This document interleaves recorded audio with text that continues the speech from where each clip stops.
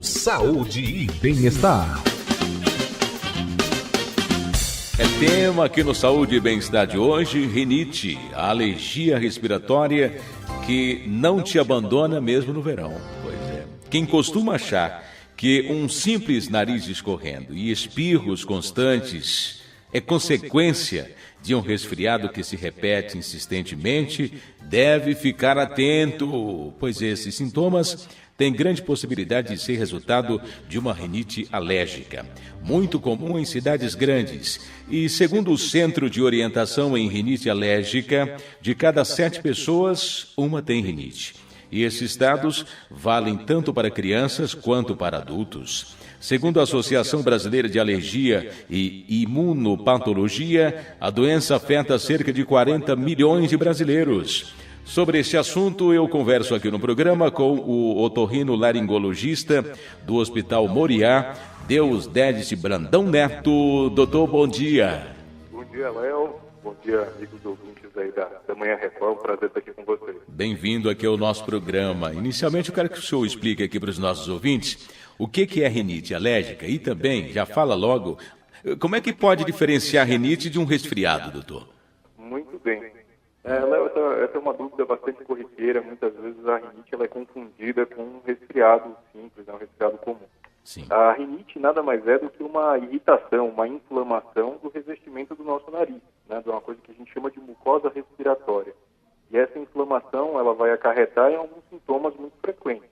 Sensação de nariz entupido, de obstrução nasal, né, de congestão, pruridos, né, vontade de coçar o nariz, né, às vezes a gente começa a coçar o nariz insistentemente, espirros que vêm um atrás do outro, espirros em salva, e por vezes uma secreção mais clara, uma secreção clarinha, parecendo uma aguinha que escorre do nosso nariz. Por vezes ela pode ser um pouquinho mais densa, como uma clara de ovo. Tá? Então esses são os sintomas mais comuns da rinite. E no caso da rinite alérgica, que é um dos subtipos, é muito comum também que o paciente apresente prurido nos olhos, coceira no céu da boca, no ouvido e por aí vai. Em geral, o resfriado comum ele é causado por vírus, né? Então é uma infecção por vírus que geralmente é transitória, ela se encerra. Quando você passa a ter esses sintomas mais irritativos, de espirro, com coceira frequente, coceira nos olhos, coceira nos ouvidos, isso nos sugere muito mais uma rinite alérgica. E outra coisa, os resfriados eles não tendem a ser recorrentes, repetitivos, né? Sim. Com o exame físico a gente consegue diferenciar através de algumas alterações do revestimento do nariz, né? O que é uma rinite, o que é um resfriado também. Entendi. Agora, a rinite, doutor, ela pode evoluir para algo mais grave? Quais os prejuízos que a pessoa pode ter se não procurar um especialista logo para tratar a rinite? Joia. A rinite, ela pode sim acarretar em alguns outros problemas mais graves. Na verdade, o que a gente sabe é que respirar pelo nariz é algo muito importante para que a função do nosso pulmão, né, de troca de gases e tudo mais, seja feita da melhor maneira possível. Então, quando a gente tem uma rinite alérgica, você pode obstruir o nariz, ter dificuldade para respirar pelo nariz, né, passar a respirar mais pela boca. Isso vai jogar um ar com uma qualidade ruim no nosso pulmão. O nosso nariz ele é um filtro, é um aquecedor e é um umidificador do ar que vai para o nosso pulmão.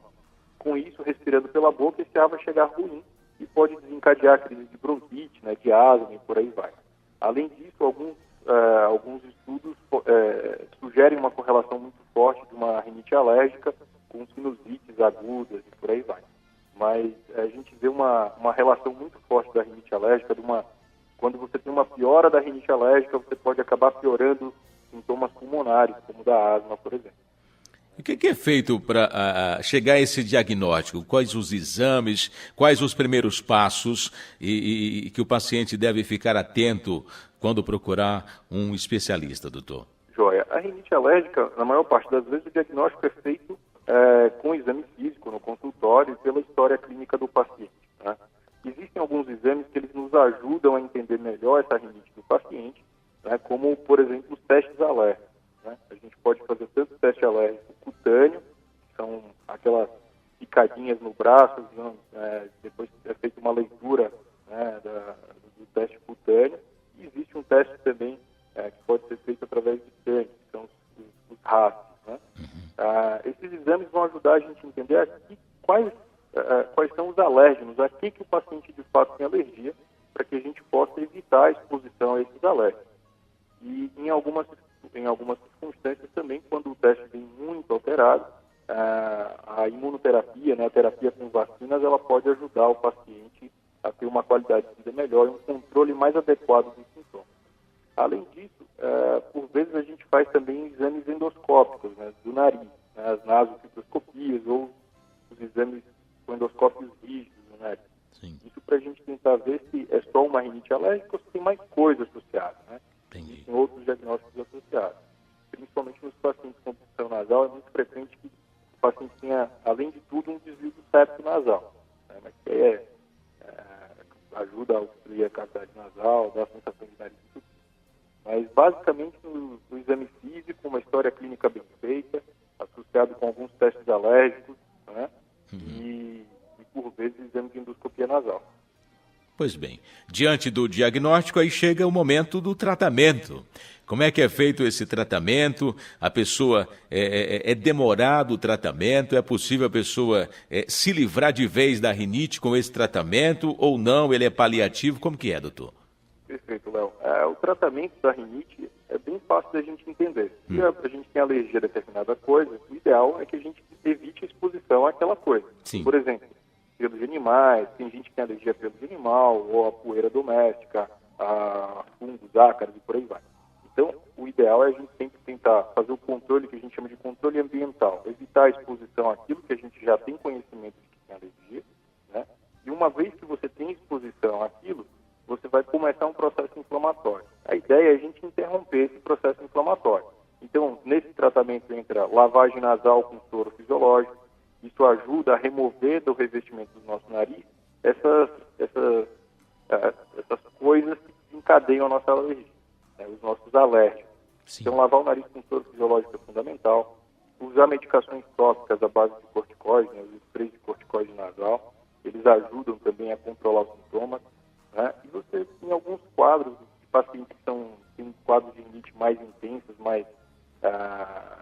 que impactam mais na qualidade de vida, a gente pode lançar mão de outras drogas por boca, como, por exemplo, os antistamínicos, os antialérgicos, principalmente para tirar o paciente da crise, mas tem os antileucotrienos também, o Montelé, Montelukast, por aí vai, e ajudam, contribuem bastante para o controle dos sintomas.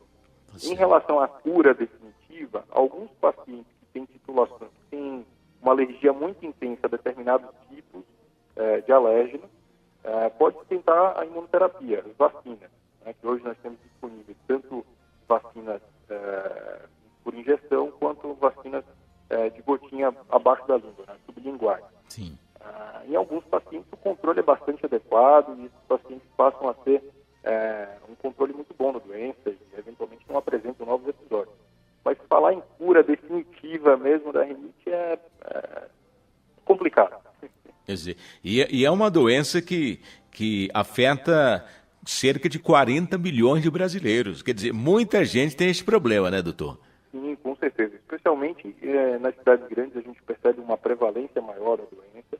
Né, e uma coisa que um mito que costumam relacionar, né, a poluição e a rinite.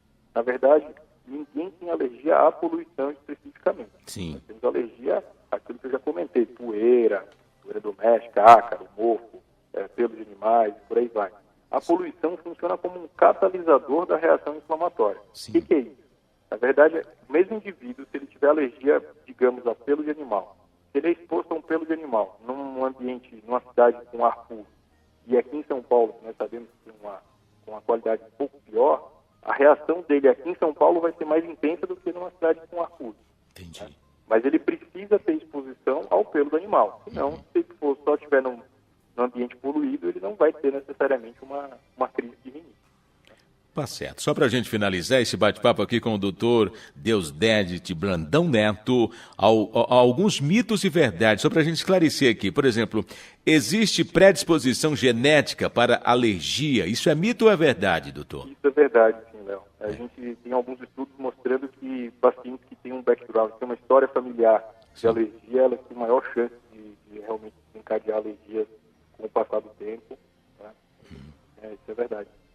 A rinite só ocorre em dias mais frios, mito ou verdade? Esse é mito. É mito. Esse é um mito porque, na verdade, a alergia vai acontecer se você tem exposição àquele alérgeno, né, que você tem alergia. Então, se você tem exposição no verão à poeira, por exemplo, se você é alérgico à poeira, você vai ter a crise de rinite, tanto no verão quanto no inverno. Esse é um mito. E esse daqui? A rinite é um resfriado que nunca sara. Mito ou verdade? Esse é um grandíssimo mito. Como eu comentei, o resfriado ele é causado por uma infecção por vírus, né, geralmente causada pelo rinovírus. E já a rinite, ela é um processo inflamatório decorrente, na maior parte das vezes, de uma alergia. Claro que existem diversos tipos de rinite, mas o mais frequente é a rinite alérgica, né, que é desencadeado por um mecanismo alérgico, é totalmente diferente do resfriado. Então, são coisas bem distintas. Rinite e asma são a mesma doença. Mito ou verdade isso aí? Como que eu vou te dizer? Isso é mais ou menos um mito e verdade. O que acontece, Léo? A rinite, alguns pesquisadores acreditam numa teoria que a gente chama de via aérea única, ou tubo único. Então, na verdade, a rinite e a asma, elas se assemelham bastante no mecanismo em que são causados e o processo inflamatório que é causado, tá? Mas são em sítios diferentes. Existe uma correlação muito grande, geralmente os pacientes com asma têm uma proporção bastante alta de rinite, e os pacientes com rinite também podem ter uma proporção razoavelmente alta de asma, mas não necessariamente todos os pacientes têm asma. Então, na verdade, são processos inflamatórios bem parecidos, mas em locais diferentes. A asma no pulmão, né, no trato respiratório baixo, e a rinite na cavidade nasal, no nariz. Só para a gente finalizar aqui, quem sofre de rinite já nasce com a doença ou não? Mito ou verdade? Novamente, você tem que ter no caso da rinite alérgica especificamente, você pode nascer com uma predisposição a ter a rinite, e você precisa de uma sensibilização ao longo da vida. Você tem que ser exposto àqueles alérgenos, né, e o seu corpo vai começar a reagir de modo exacerbado àquela exposição. A inflamação que é causada pela alergia é por conta disso. Seu corpo ele reage de modo muito mais agressivo do que deveria, tentando te proteger, ele acaba te prejudicando um pouco. Então, você precisa ter exposição por algumas vezes aí do antígeno até começar a ter de fato a alergia. Tá ok. Eu quero agradecer a sua participação aqui no nosso programa, esclarecendo, tirando dúvidas dos nossos ouvintes com relação a este tema. Muito obrigado, viu, doutor? É isso, Léo. Eu que agradeço a oportunidade. Foi um prazer imenso estar com vocês aqui de manhã. Tá aí, explicações do otorrinolaringologista do Hospital Moriá, Deusdedit Brandão Neto, falando aqui sobre a rinite alérgica. Saúde e bem-estar no Manhã Record.